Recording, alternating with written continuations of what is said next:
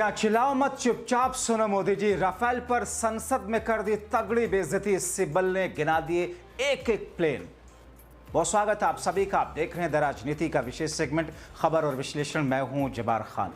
दोस्तों, संसद के भीतर आखिर ऐसा क्या हुआ कि सीआईएसएफ लगाए जाने के बावजूद संसद में सत्ता पक्ष के लिए मुश्किलें हैं कि कम नहीं हो रही है। एक तरफ यह कहा जा रहा था कि संसद के भीतर विपक्ष जिस अंदाज में सत्ता पक्ष पर हावी हो रहा है, अब सीआईएसएफ के लगने के बाद में कुछ ऐसी रणनीति तैयार की गई है कि विपक्ष अपने जाल में फंस जाएगा। मगर कैसे?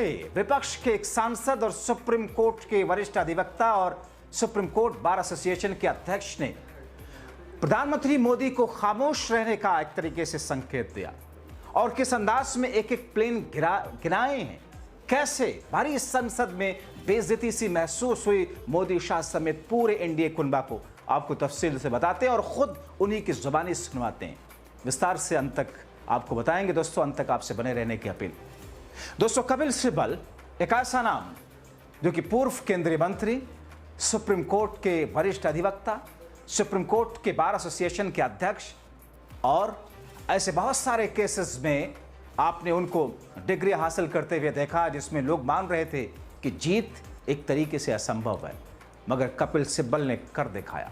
वैसे ही जैसे संसद के भीतर मोदी शाह की बोलती बंद कर दी और यहां तक कि कहने से नहीं चुके कि चिल्लाइए मत मोदी साहब, सुनिए कह क्या रहे हैं, फैक्ट दे रहे हैं, आपको मानना ही होगा। और उसके बाद ऐसी बेइज्जती उस वक्त महसूस हुई सत्ता पक्ष और मोदी शाह को, जिसे देख करके देश के लोग अलग अलग तरीके से इस पर चर्चा कर रहे। क्या कुछ कहा कपिल सिब्बल ने, उन्हीं की भाषा में, उन्हीं के शब्दों में आपको सुनवाते हैं दोस्तों। सबसे पहले आप ये सुनिए, इसमें कुछ अंग्रेजी के शब्द, कुछ हिंदी के। इतनी शक्ति है कि पाकिस्तान हम ध्वस्त कर सकते हैं, इसीलिए बहस हो रही है। तो मैं आपको कुछ आंकड़े देना चाहता हूं। नड्डा साहब बैठे हुए हैं यहां। अक्टूबर 2024 में Air Chief Marshal Amarpreet Singh addressed the Indian Air Force declining squadron strength, which had reached 31 squadrons, the lowest since 1965. Lowest since 1965. The Indian Air Force is currently operating with 31 squadrons, the lowest count since 65 when India was engaged in a war with Pakistan. We are committed to fighting with whatever we have. This is the state of the Air Force. We are committed to fighting with whatever we have while prioritizing the maintenance of current assets and ensuring personnel are properly trained. This is his concern in 2024. फिर क्या हुआ? मगर दोस्तों, इसके बाद जो कुछ कपिल सिब्बल ने कहा उससे मोदी शाह समेत पूरा बीजेपी कुनबा उछल पड़ा, हंगामा करने लगा। यही होता है जो मोदी शाह घिरते हैं। अब खुद देखिए कैसे संसद में सुप्रीम कोर्ट के वरिष्ठ अधिवक्ता और सुप्रीम कोर्ट बार एसोसिएशन के अध्यक्ष कपिल सिब्बल ने मोदी शाह के धागे खोले। While you were sitting in power, you must answer that. There is no point blaming each other कि वो तो सवाल पूछेंगे और आप कहेंगे हम नहीं बताएंगे। ये तो आपकी राजनीति है। This is your राजनीति। दूसरी बात, एक और बात बताता। HAL ने LCA एयरक्राफ्ट का गठन सोचा था 1984 में। 2001 में अभी तक जहाज तक बना नहीं और 2025 हो गए, एक जहाज नहीं आज तक बना, एक जहाज नहीं, जो हमने कंसेप्चुअलाइज किया था 1984 में।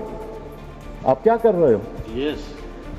दूसरी बात, तीसरी बात आपको बताना चाहता हूं, वो ये है कि पाकिस्तान के पास, हमारे पास तो ये 31 स्क्वाड्रन फेजिंग आउट के बाद 29 रह जाएंगे और पाकिस्तान आज के दिन उनके पास 25 स्क्वाड्रन है, तो लगभग बराबरी है।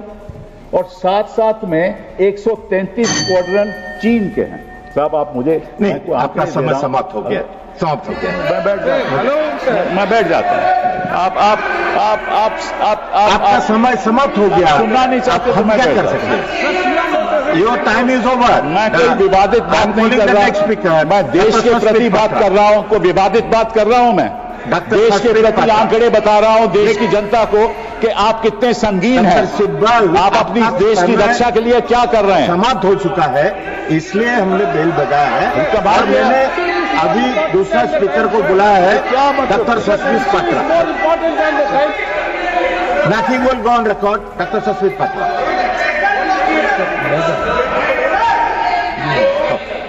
Sorry doctor Medha Vishram Kulkarni. Medha ji.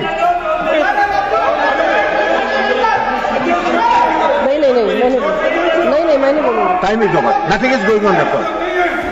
Medha ji.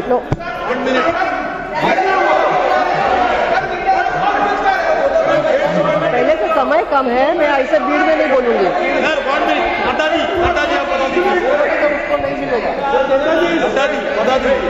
That's 1 minute. I am giving you 2 minutes. Please complete in 2 minutes.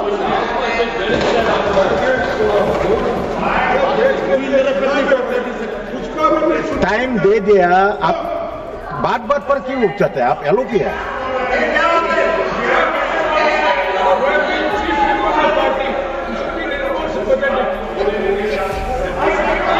Mic, ये तो हो गई हमारी प्रेपरेशन की बात कि हमारे पास इतना साधन नहीं है कि हम पाकिस्तान को ध्वस्त कर दें।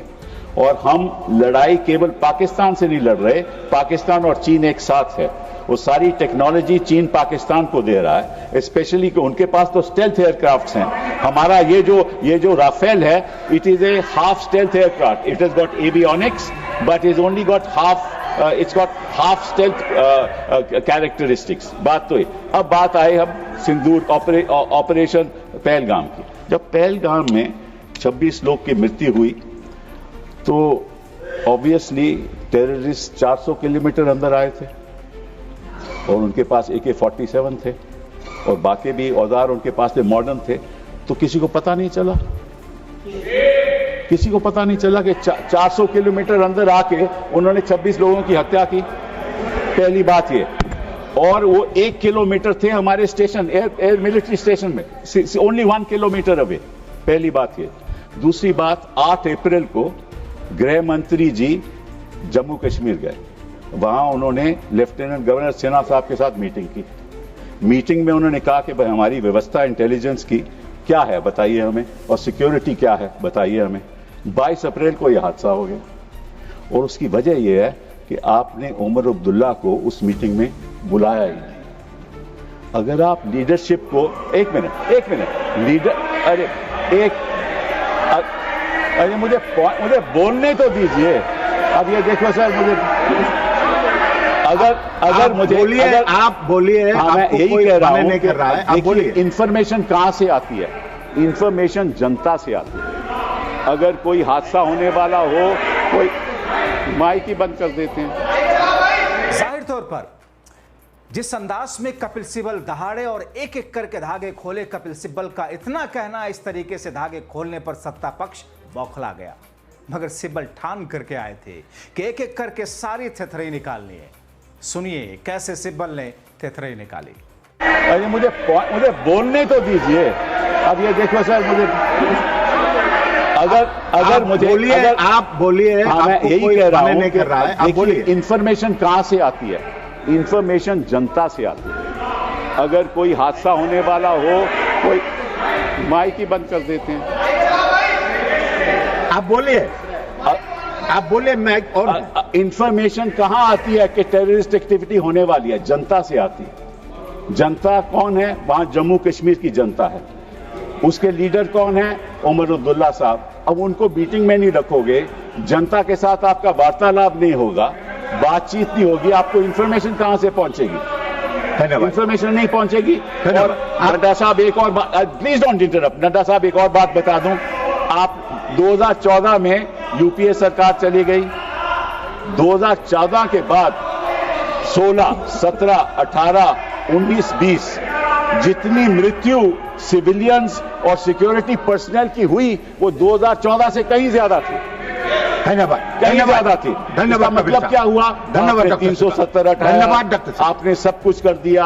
आपने वादा किया कि यहाँ को टेररिज्म खत्म हो गया है, वो सारा शिफ्ट हो गया जम्मू में। और आपने 1 लाख 80,000 जो मेधा जी बोलेगा आर्मी के लोग कम कर दिए। तो फिर एक ऐसी स्थिति जहां पर सरकार चौतरफा घिरी है, एक ऐसी स्थिति जहां पर संसद से लेकर सड़क तक सत्ता पक्ष के खिलाफ में एक माहौल है, एक ऐसी स्थिति जहां पर खुद प्रधानमंत्री मोदी की कुर्सी पर संकट मंडरा रहा है, एक ऐसी स्थिति जहां पर संघ भी प्रधानमंत्री नरेंद्र मोदी की कुर्सी के लिए उनको उनके पद से हटाने के लिए कथित तौर पर प्लानिंग और रणनीति तैयार कर चुका है। एक ऐसी स्थिति भी जब राजनाथ और राहुल की मीटिंग की बातें की गई हैं, एक ऐसी स्थिति जब राहुल को मोदी के जरिए धमकाने की बातें सामने आई, और एक ऐसी स्थिति जब बॉम्बे हाईकोर्ट मोदी की कुर्सी पर बने रहने, उनकी सांसदीय बरकरार रहने के लिए सुनवाई करने जा रहा है।